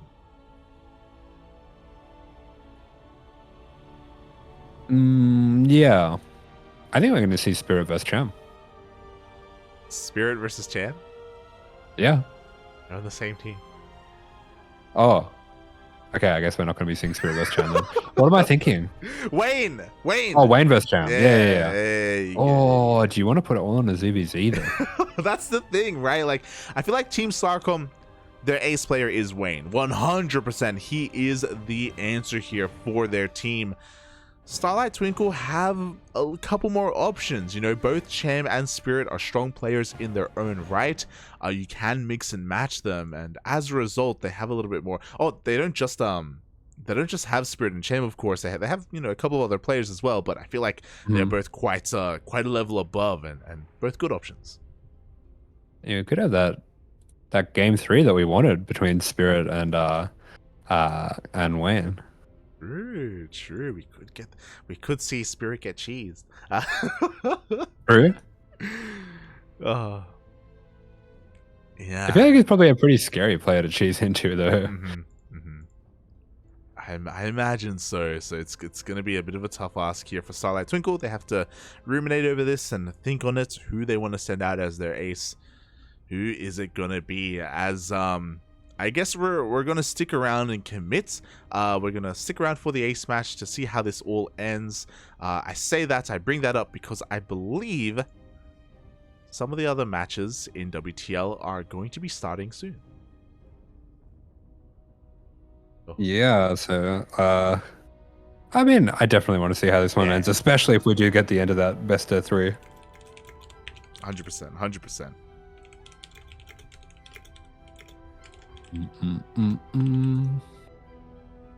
What did you eat after the cast yesterday? Did you eat anything, or did you just go straight to sleep? Yesterday? Yeah. What did I eat? I made some instant noodles and then I went to bed. Oh god. What do you mean? Did you see my tweet? Did you see all my noodles? I did. I'm a little bit worried. Gonna be more salt than human. Oh, I'm gonna turn into a tear. Like a tear and yeah. We both know, Papu. We both know. So funny. Oh my god. Look. What do you want from me? What other options do I have? Smoke. I've got salty Zerg. We know it. It's true. I've got some tuna cans. I do have that as well. I have some water. You have some water? Nice. Very nice. Can drink some water. Do I have some water right now? Actually, there we go. Good for you, man. Good for you. Oh my god. All right, we need some people. We need some people in the chat. Predictions. Cham or Spirit? Cham or Spirit? Let's go. We need to know. We need to know. Where are you putting your money? Cham or Spirit? Asher? Oh, Cham. Cham? All right. Yeah. Just ZVZ sniper. True. Unironically, I'll say Spirit. I'll say Spirit. Just to say Spirit. Okay. You know, I want that. Just to be different. Yeah. A little bit different. All right. We'll see. Well, we do have some results coming through from some of the other games as well. Looks like Basilisk have gone completely undefeated all the way to qualification. Yeah, there's no surprise there. We had the option to cast Basilisk versus Little Fairy, but I didn't really see the need to. I feel like we have the more competitive series here, to be honest. Oh! Yeah, that's fair enough. Here we go. We have a match. We are heading over to the land of Europe because we are getting the ace match, not just between the teams, but also between Spirit and Wayne. Oh, beautiful. Let's go. I mean, I was wrong, but that's fine. I can be wrong. So, I mean, you're happy to be wrong because you're avoiding the ZVZ, so. Yeah, that's true. You're getting a good game, puppy. Oh my god. It would have been a good game regardless, okay? It would have, yeah. Cham CBZ is sick. It's really fun to watch. Shake it. Alright, so we're just going to be setting things up here for the ace match.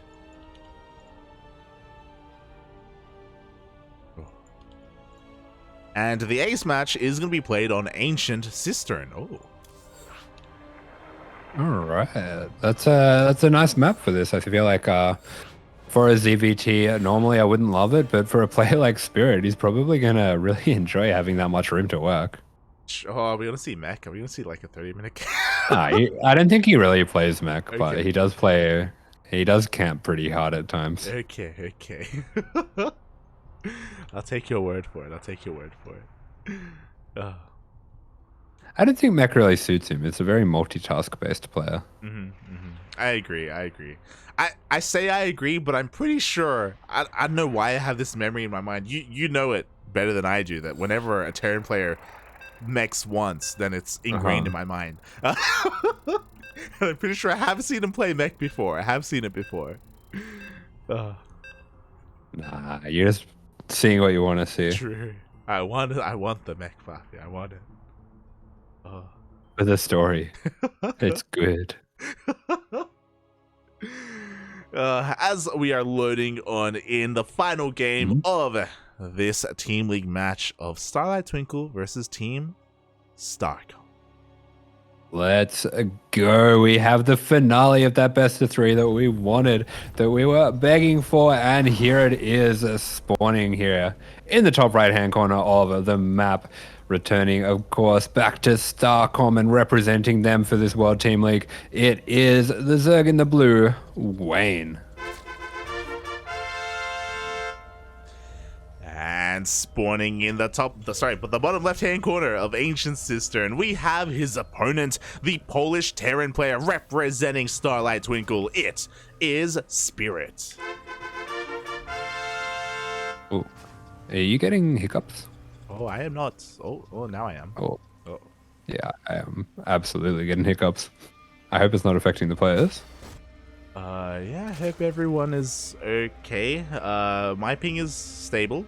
Are you good? Are you good, puppy? No, it's me. I'm not going up to 700. Oh boy. Yeah. We'll see how it goes. I might have to drop out. Yeah, if it stays like that for a couple of seconds, then I may have to. Yeah, I'm gonna drop out. Okay. So good. All right, I'll share. I'll Discord stream, Papi. It's all good. It's all good. There we go. You can look through me, Papi. Through me. Okay. As we are getting into this game, and so far everything's looking pretty standard from the side of at least our Zerg player. Hatch gas pool opener from Wayne, nothing too crazy. And we were talking about, Wayne maybe being a little bit aggressive to try and punish the openers here of his opponents of Spirits, but because we are an Ancient Cistern, I guess that may just deter him, That maybe good. Yeah, he's not going to be doing so, and we did have a CC first come out again from Spirit, and it's going to be a CC first 2-1-1. Oh my, okay, so Spirit diversifying his openers once again, still going for that CC first, as we saw in that previous game, in game number 2, but the follow-up is looking quite different. Yeah, it certainly is. So we're going to have a little bit more pressure to start things off. And I do like this for the bigger map, just making sure that you are kind of keeping a little bit going on the other side of the map, making sure that you're not, sitting back in the dark with so many things that are possible. It just kind of makes the game a little bit more controllable for the Terran to have this early pressure. Oh, yeah, definitely. It's a great way to be in the face of your opponents. You can argue that maybe there's a little bit of onus on the Terran to find a little bit of damage with it, but it's a great way to get that map control, and we'll see if Wayne can catch wind of this. I'm sure he will, because unlike Cham, Wayne actually does scout with Overlords. It's crazy. Yeah, there we go. He's going to be looking to dip in, and I think we'll have a Marine kind of patrolling around the edge of the base here to try to find that, but with a Link Scout at the same time, he should be able to put together pretty much what's going on here. Yeah, exactly. Should be able to bring it all together here in the end. Meanwhile, we're just droning on the other side of the map. Stim has begun here for the Terran, as to be expected, and the Overlord so far hasn't gone in yet. Still a little bit early for that. He's actually, oh my god, he's going for straight into the third CC before the factory. Yeah, I was wondering when the factory was going to come down, and there we go. So we're getting a very fast third CC with this build. This is definitely an interesting way to go about things. Very, very Spirit-esque. This is something that he just does. He just kind of throws in third CCs into builds nice and early. It's just you can make the third whenever you want, Papi. It doesn't matter. Yeah. I was about to, have you seen this before? A CC first into a 2-1-1. Okay. Yes. I've actually seen CC first into a faster third CC than this, and then 3 racks. but yeah, not this exact variation. He's crazy. He's crazy, Papi. Oh my god. So I imagine this is going to be delaying his overall 2-1-1. As you mentioned before, the factory was delayed, and as a result, the starport's going to be a little bit delayed. But we'll see how impacted his overall build is going to be. And we'll see when Wayne catches wind of this. Of course, he has already taken note of the fact that there are no Hellions being active on the map. He should be able to piece together that it is a more marine-based opener. Yeah, and we do see him starting up Carapace right away, so he's definitely aware that it's a marine opener here. This is more of your traditional response here to a 2-on-1, just kind of pumping Lings and Queens and going to defend with Carapace. But yeah, it is going to be it's going to be quite a late 2-on-1. Yeah, honestly.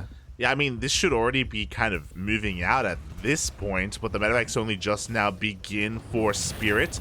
I wonder if because it's a little bit later, maybe Wayne would be more prone to drone and not be as prepared, but for the time being, he has just stuck on 50 drones, and he's been making nothing but Lings since then. Yeah, he is just pumping out the drones that he needs to prepare for this kind of thing, and he might even be able to get that Bane Nest up and running by the time this hits, as we do have those first two medevacs just popping out now.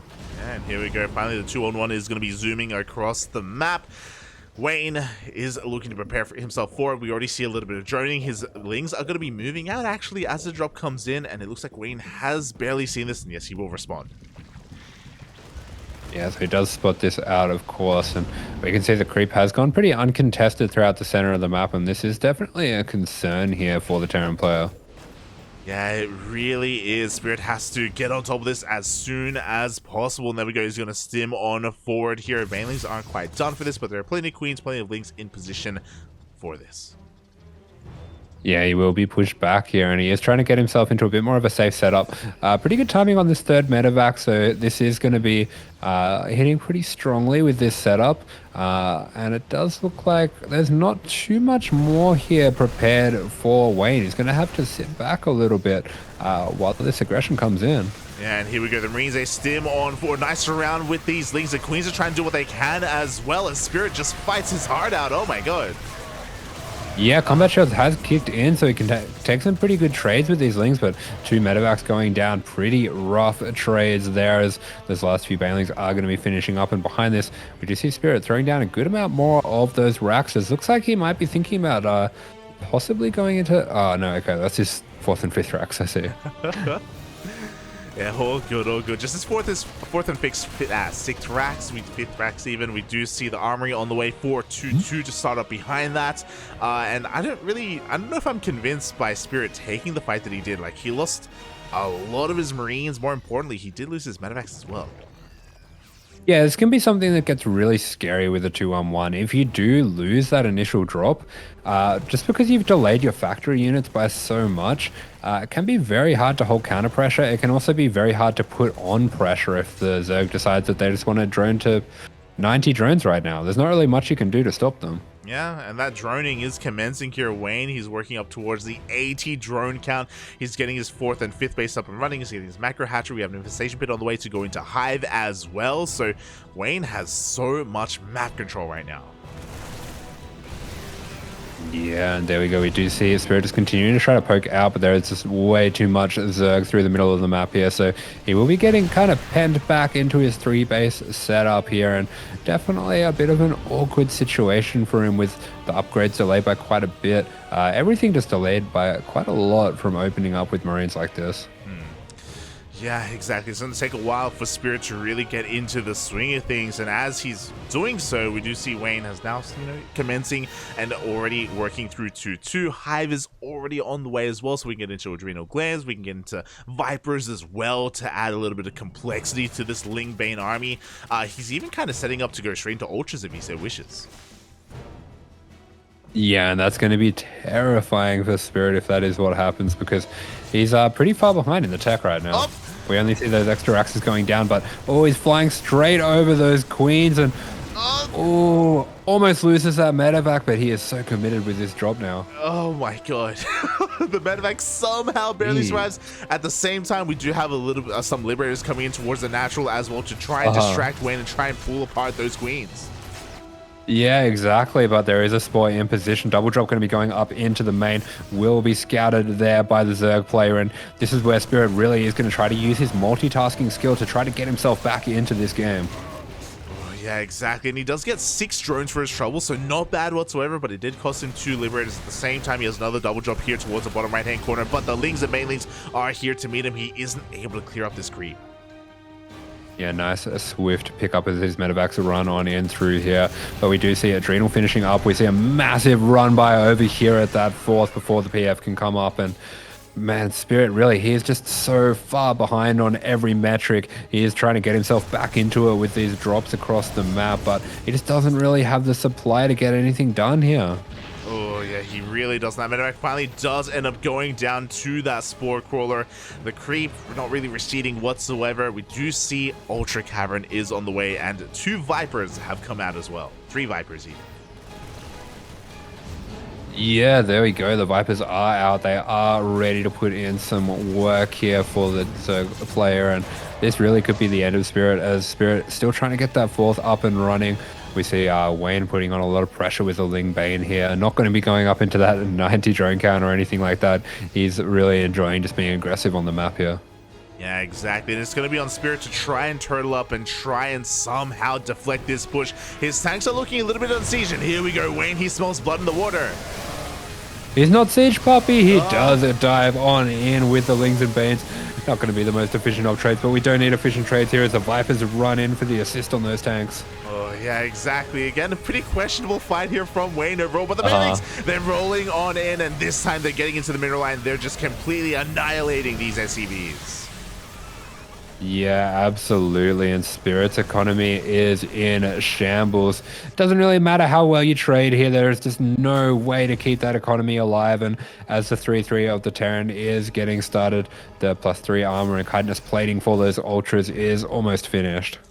Yeah, exactly. 3-3 about to finish up here for Wayne, or at least +3 carapace. Not really starting +3 melee, but it may not even matter here as he's looking to deny this 5th base. Spirit trying to take this 4th base is looking to be a little bit ambitious. He actually just can't even land it because of that creep. Oh. Yeah, it's a really awkward spot. It's a really rough spot here for Spirit, and he is pumping out those SEVs for it to trying desperately to catch back up. But we can see after every one of these attacks by Wayne here, he is just battered. He is just knocked down and bruised, and it just becomes harder and harder to hold the next wave, especially with Vipers and Ultras coming in. Yeah, speaking of, here we go. The Ultras reveal themselves. The Vipers go for the Yoinks. They go for the Blinding Clouds as well. There are only 4 tanks remaining, soon to be 1, as once again, not the best fight overall, but he gets a Planetary. Yeah, Planetary goes down. It was an expensive trade here, but Spirit, this is his one shot. This is pretty much all that he has left, as he is desperately trying to get himself an economy, and it does feel like he just has to make do with what he has now and go across that map. Yeah, exactly, because if he doesn't, then Wayne is just going to be able to remax once again, and he's going back in. He sees the tank is on siege. He's going to be able to get it. Oh. Yeah, the Ultra charges on in. It is going to be getting on out of there, as we do see Wayne just kind of buying himself some time as well, trying to make sure that he can respread that creep, keep that Terran on the back foot, and we do have a bit of a Ling run by coming in through to the natural. Oh, yeah, the Lings, they flood on into the natural. They catch 2 tanks as they pop out of the production. The SCVs are going to be going down as well. This is forcing a massive reaction out of Spirit. Yeah, this is, of course, one of the last mining bases here for Spirit. Looks like we are going to be getting on top of the 3-3. 3-3 finishes just in time, so not going to be getting a deny on that. Yeah, it would have been devastating if 3-3 was denied, but thankfully Spirit is able to just barely finishing it in time. Wayne, once again, overextending, I feel a little bit. He lost a couple of ultras. He's lost a lot of ultras over the course of this game, and because of that, he hasn't really been able to snowball. Yeah, his army supply is actually comparable to that of Spirit's. Yeah, I mean, just because Spirit has been so pre-spread and sitting right back in his base, he has been able to take out a lot of these ultras as they charge on in, but Wayne not going to be letting go of this one. He is just gearing up for another attack. He has been relentless. Yeah, and we'll see if Spirit can somehow weather the storm. If he's able to deflect maybe 1 or 2 more pushes, then maybe he can recover. Right, the friendly fire from those tanks is brutal on that bio as the Link surrounds it, and we are just seeing he is being drawn so thin, drawn this way and that way, and Wayne just kind of roaming all over the map, taking out whatever's presented to him. Oh, but we get a couple of snipes. The Vipers do go down.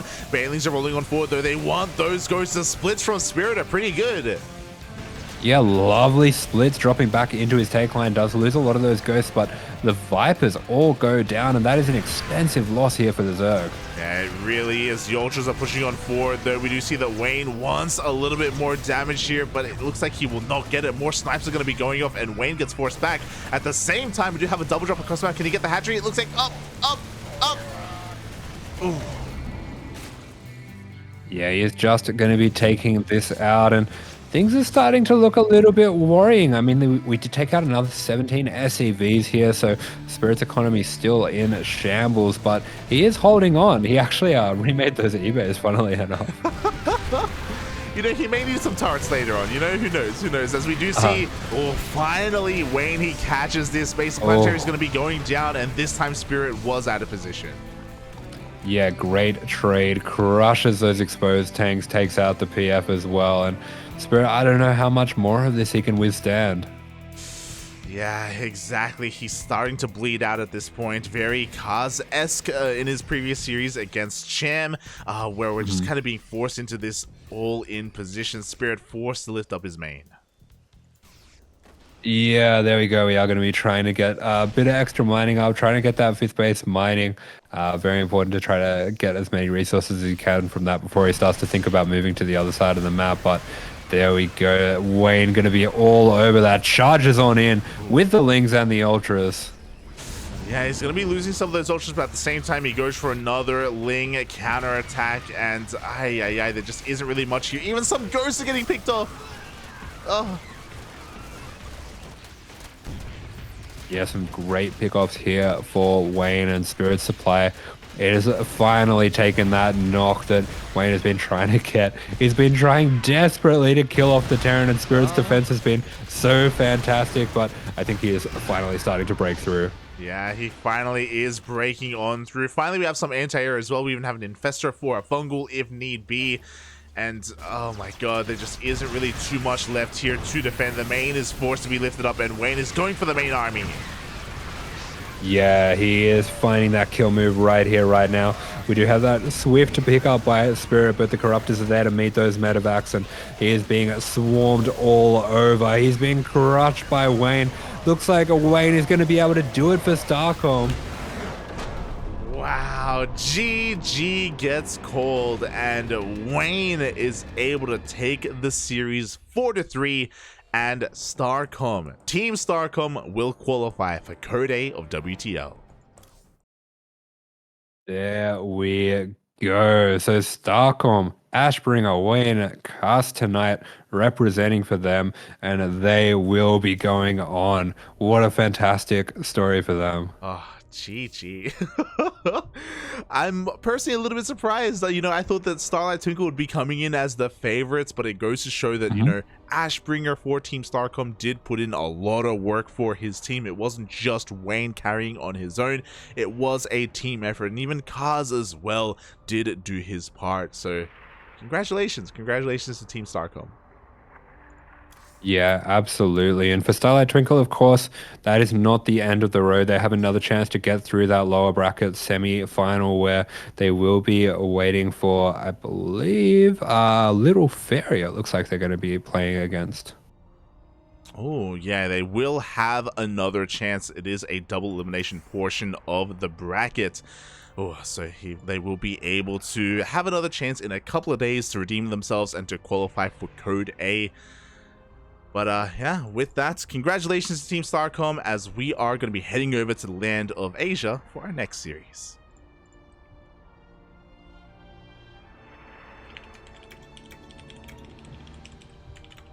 Cool. But before that happens, I want to give a special thank you to Asher. Asher, Papi. Thank you, Papi. No problem. It's fun series. Yeah, thank you for joining me to cast today. I appreciate it. I know that we had you until the deep hours of the night to cast last night some CranKy Ducklings, so I apologize for that. And yeah, thank you for at least joining me for this series. Thank you. All good, all good. And I hope you enjoy it the rest of the evening. Oh, I'll try. I'll be thinking of you. Oh. All right. You can think of me as the Terran's crush. Actually, it's just Kyo, but I believe in Kyo. I believe in Mioika. Thank you very much. All right, all right. Oh, Well, there you go. God. Maybe it's for the best that I get out of here. Oh, true. Aye. But yes, for those wondering, of course, Asher was my lovely co-caster for the day. And if you want some more Asher action, / Asher in the chat for a link to his Twitch channel. He does stream sometimes, maybe one day. So, Really true, is it? give him some love and support, Papi. Give him some love and support. As Asher is going to be bidding us adieu for the evening. All right. Thank you, everyone, for tuning in, and enjoy the rest of your night. Thank Bye-bye. you, Asher. Bye. Oh boy, as we are going to be heading over to the land of Asia, and we have one more best of 7 before us. For those wondering, of course, Asher, you know, he doesn't cast full time like I do, so he has a life. And he does have plans for tomorrow, so he can't stay up all night. He does have to go to bed like a responsible human being. Me myself, now I'm gonna be casting till 4 a.m. Papi, let's go. Let's go. As we are going to be continuing the broadcast, and we are going to be casting Team Gosu versus Team Abydos. Vámonos, papi, vámonos. We are going to need a moment to set up those, so we're going to be going on a short break. When we return, we will have some more StarCraft.